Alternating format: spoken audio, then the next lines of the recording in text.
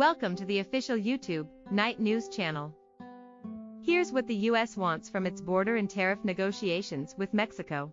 U.S. officials are set to meet with Mexican negotiators Thursday for a second day of immigration talks, with President Donald Trump's threat to slap 5% tariffs on all Mexican imports looming over the discussions.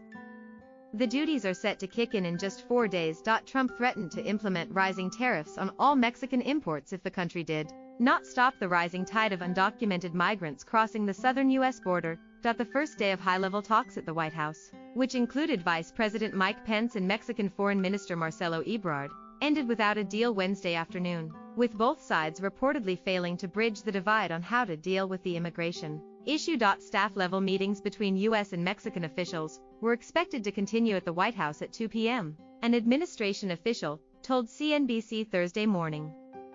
There were also meetings between the two countries at the State Department. Trump, who was in Europe meeting with world leaders and commemorating the 75th anniversary of the D-Day invasion, told reporters earlier Thursday that "I think a lot of progress was made yesterday, but we have to make a lot of progress. We'll see what happens," Trump added. But something pretty dramatic could happen. "We've told Mexico the tariffs go on, and I mean it too. I'm very happy with it." Pence, who traveled Thursday to the D-Day Memorial in Bedford, Virginia, was not expected to join the talks in Washington, D.C. If no agreement is struck at today's talks, Trump wrote in a tweet Wednesday, then the tariffs will begin on Monday, with monthly increases as per schedule. The tariffs could rise to 25% on all Mexican goods by October. NBC News, citing senior administration officials, reported Wednesday that the White House asked Mexico to hold Central American asylum seekers by striking a safe third country agreement, like the one the U.S. has with Canada.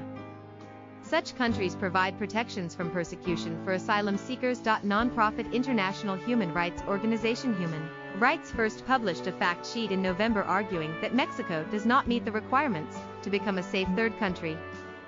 The White House also wants Mexico to accept the migration protection protocols, which require migrants without proper documentation to remain in Mexico for the duration of their immigration proceedings.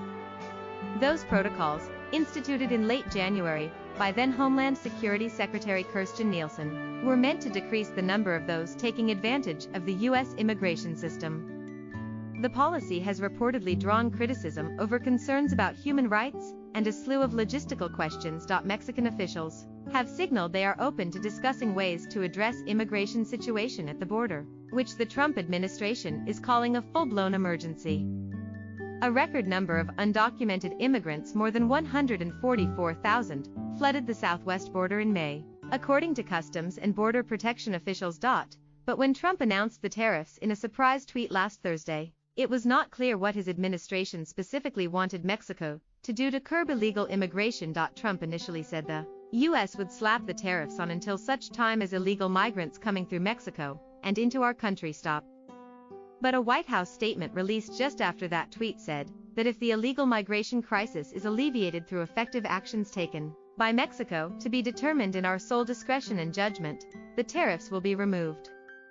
On a call with reporters that night, Trump's acting chief of staff, Mick Mulvaney, said the White House didn't have a specific percentage or level of reduction in mind. On Wednesday, White House trade advisor Peter Navarro offered his own proposals in a television interview, saying the tariffs may not have to go into effect at all if Mexico agreed to make certain concessions during the talks. Navarro said Mexico would need to crack down on asylum seekers, strengthen enforcement of its own southern border with Guatemala, and address government corruption at Mexican immigration checkpoints. That's it. That's what we're looking for, Navarro claimed. But it was unclear what level of influence, if any, Navarro had on the negotiations. He did not appear to be present for the talks Wednesday.